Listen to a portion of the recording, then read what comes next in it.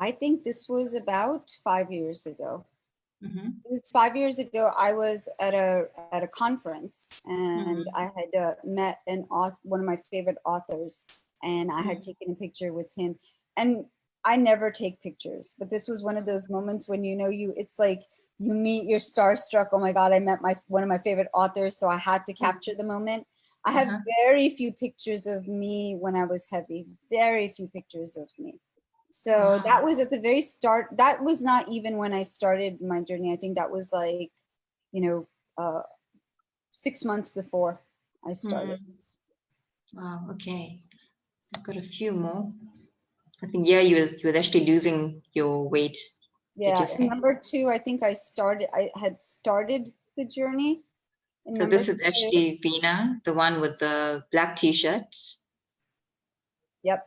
And notice I wear a lot of black. Even now, like I don't know why the picture of me when I got my headshots done, I wore black still. But in the next one, yeah, I had just started my journey, and I was at a company event. And so that picture was taken there, number 2. Okay, wow. Number 3, this is the point at which I started yoga. It's when I actually I dropped, I think, about 50 pounds there. And I started making the shift to yoga from running. And then number 4, I think I took that picture in April. That's April of this year. This So one, this yeah. is where, Okay. so this is where I started like all of the strength training and stuff. And number 5, I think I took that picture early last year. So that may be a 2019 picture. And that's, you can see that I'm, probably at that point, I was probably about 115 pounds. So like I said, my lowest was 114. I was probably about 115 pounds in that picture. I was very slender then. So, okay.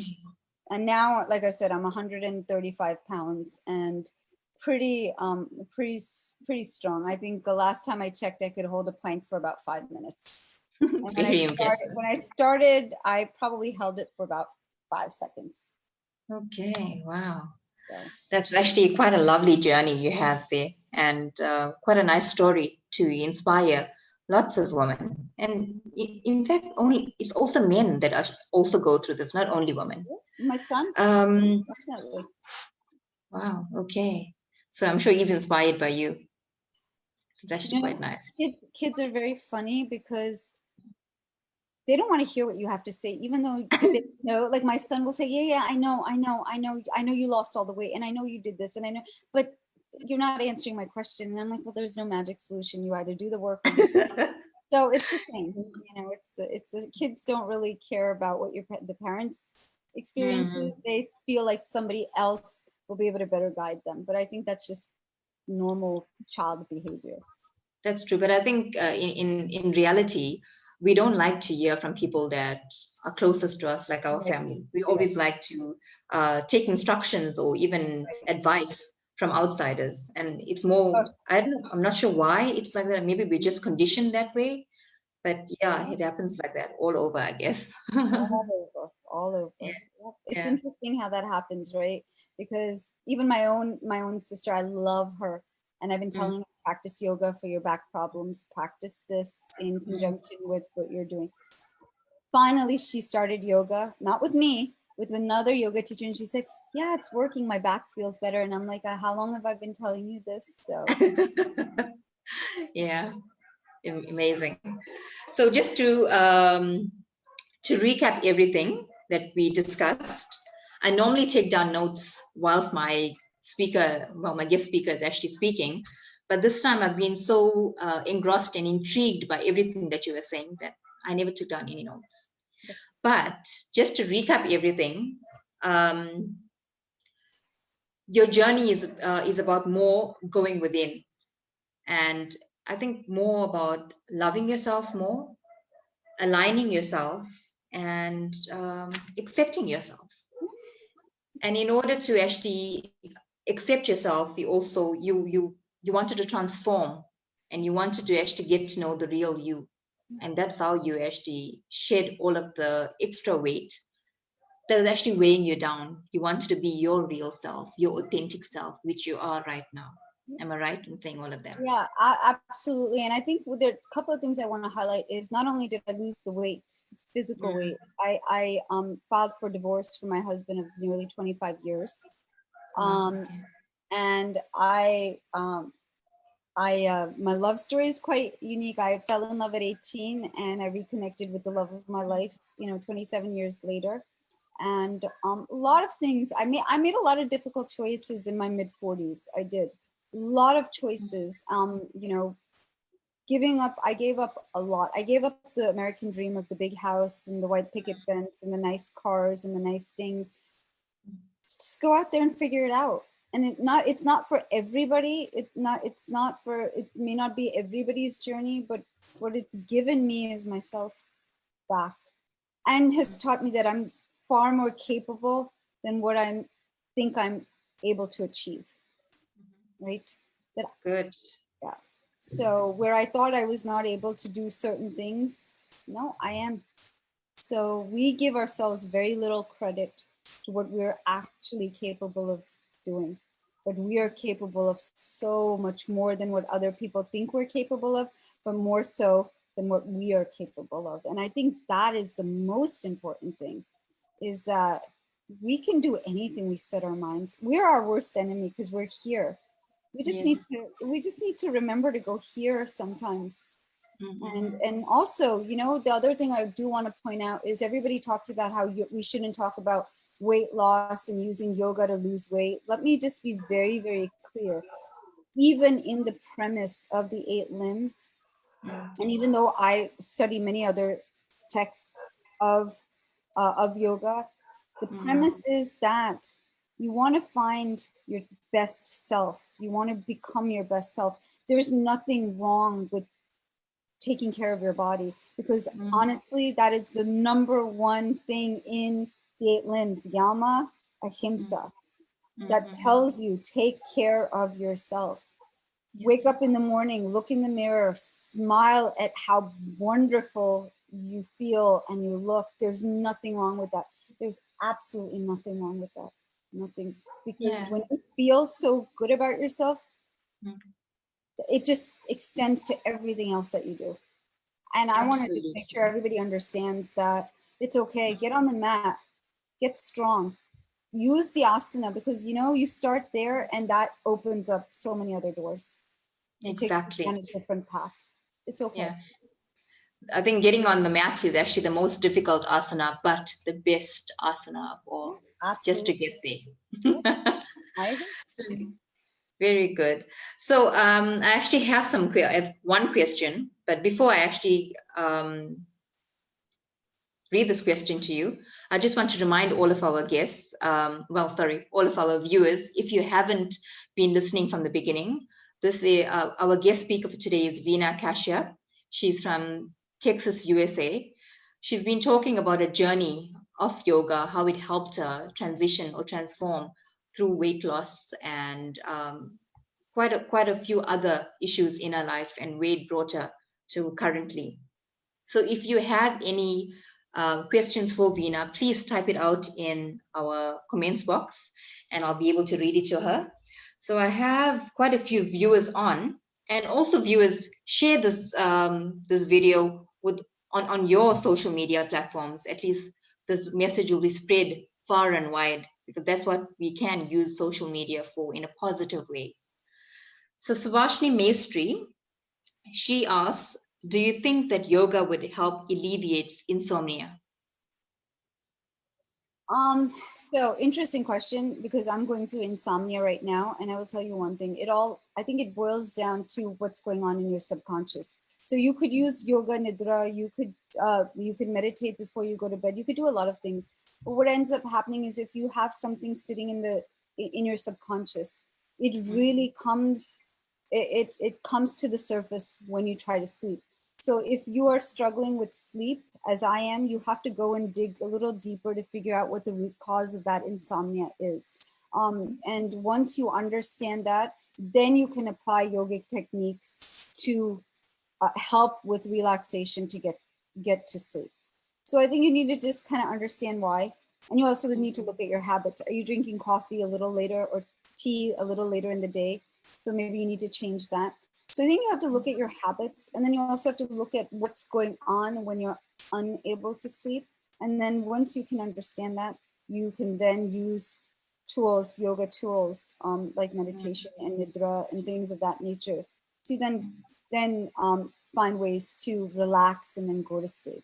So it's Yeah. not an easy question to answer, but yes, you could possibly use it, but you need to go in and check to see why you're not sleeping. I know why I'm not able to sleep. I know there's a lot of things weighing on my mind right now, and I'm slowly working through those things. And the more I work through them and the more I deal with them head on, the more I'm able to get better sleep. Yeah. So, Yeah. Very good. Very good answer. And I think with sleep as well, like you mentioned, our thoughts keep us awake. It's basically overstimulating. yes. And what I also learned, you have to allow ourselves to let go, release in order. And emotions, we all emotional beings. So when the emotions are actually hovering over us, we have to actually deal with it. Yep. We cannot brush it under the carpet or else it will haunt us. That's So right. we have to actually go through it, allow it to be there, but don't be stagnant on it. We have Right. to allow it to move out gradually, and then, you know. I call it the grief process. You know, grief Mm. has 5 stages. Everything, for whatever reason, everything has at least 5 stages, if not 12, Mm. right? So Yeah. depending on what it is, you go from 5 stages to 12 stages, and you have to kind of work through that process. Mm-hmm. You have to deal with things head on. You have to kind of face them in order to be able to then release them, right? Okay. And if you believe in prayer, I believe in the power of prayer. I do oftentimes when I'm struggling, I do pray, and I do look to prayer to help release a lot of the things that I'm going through once I've kind of dealt with them. So prayer is also a very important part of my life. It wasn't. I grew up in a house where my mom was Christian, my dad was Hindu, and they said, "Go figure out what you believe in." Wow. So for a very long time, it wasn't until I landed in my mid 40s and all of this happened that Mm. I found my spirituality as well. So I Yeah, do yeah, use prayer to kind of deal with things and get them off of my plate once I've reconciled with them. yeah. So having a connection with a higher being, higher force is actually quite, I think, important in our journey. I mean, yoga is about connecting, and Right, we are being connected to a higher force, and he is actually controlling everything. So he or she, whatever relationship you have right. with this being. So yeah, it's actually quite important. And the one thing I do want to hang, because I do have friends who are atheists, you know, who don't Mm, believe in a God form, right? And I mm, tell them, you know, even if you don't believe in that, that's fine. mm, But you yourself are a higher being. You know, you yourself. So think about yourself, your consciousness. Look at yourself in that light. It'll change your mhm, perspective. So I also have an I always tell them, you know, just don't look at it just from that point of view, you know, in that context. You know, mhm. try and look at it from a more evolutionary point of view, that you yourself are a higher being, you know, and you need to evolve towards that. Yeah, true. That's very true. So, we actually had a very amazing talk with you, very informative. I really enjoyed everything about our talk today. Do you have any parting points or even any tools to share with our audience? So my parting thought would be that believe in yourself. I think that's the most important thing. And treat yourself in the way you want others to treat you.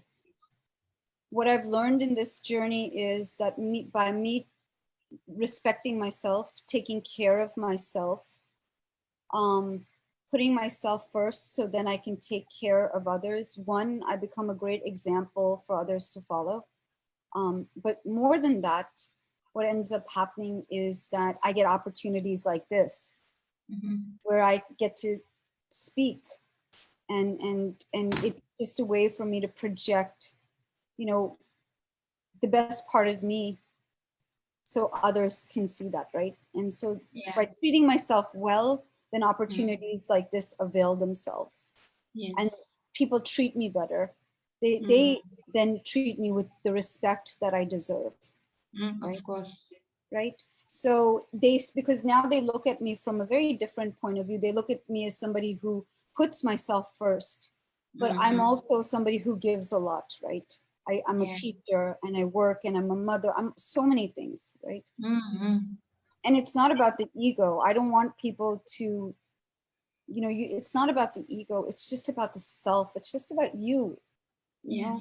it's really Yeah. just about you. At the end of Mm. the day, ego is an illusion, but Yeah. we're here, we take up space. How Mm-hmm. do you want to take up that space? And how do you want others to perceive you? Not perceive you, how do you want others to, perception is the wrong word. How do you want others to see you in your space? Yeah, true. Because I mean, the body actually holds the soul. If the body is not taken care of, the soul doesn't have a space or place to live in.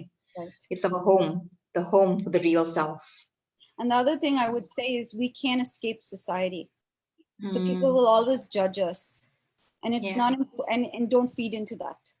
Don't feed Mm-hmm. into what people think of you. Can you wake up in the morning and look at yourself in the mirror and say, you're a good person, you've done the right thing, you've done your best? That's the Yeah. most important thing. Don't worry about what anybody else says. It really doesn't matter at the end of the day. Don't get Yeah. hung up on that. I've lost a lot of friends. I spend most of my time by myself. I've lost a Mm-hmm. lot of people in my life. What I've realized is those people never were there to lift me up. They were always there to bring me down. And as Mm-hmm. soon as I started lifting myself up, a lot of people left my life. Am I happy? I'm super happy. Awesome. So, That's the best advice ever. you know, so Yeah. Because I mean, whatever is draining us, because there are negative energies and there are positive energies, you actually feel it. You feel what is good for you and you feel what is not. that's right. And you actually, because you're actually on this journey and you're becoming more aware, that is how all of the bad has been Yeah. taken a back seat. Speaking about So yeah. absolutely. I truly believe that. Be your number one cheerleader. That's what I tell my children. Be your number one cheerleader. Be your own advocate. Get out and take care of yourself. Nobody's going to do it for you. Be self-reliant. And by doing all of those things, you are setting yourself up. We all are teachers. We teach our children. We teach everybody around us. Think of the example you're setting. Think of it from that. If nothing else, think of it from that point of view. Yeah, yeah. Yeah. Thank you so much for such an amazing talk. You took us through your journey. You made us part of your life, and we actually saw your life through your eyes. So thank you so much for that. It was absolutely inspirational. And I'm sure all of our viewers are also motivated to get on that mat and start their journey. Maybe they also left off some way in the along their lives. But I'm sure with your story, they are motivated to get onto the mat. So thank you so much for joining us. We are so grateful that you graced us with your presence. And we hope that we do more awesome stuff together in the near future. I mean, the World Wide Web is there for us. And thanks to our founder of Facebook, we actually have this platform. So I'm also grateful to him. Hopefully he listens to it. Well, thank you for having me. I'm humbled, and I told you I feel like a movie star. So if this is my only 15 minutes of fame in life, I'm so thrilled. And thank you for this platform. I think you're doing an amazing service for women. And it was wonderful. Thank you so much for allowing me. It's very cathartic to share my journey too. So you're doing me a service as well. So thank you very much. I Thank appreciate you. your efforts and thank you so much. Well, just to end our session, you do look like a movie star, and I'm sure all of our Oh, you're our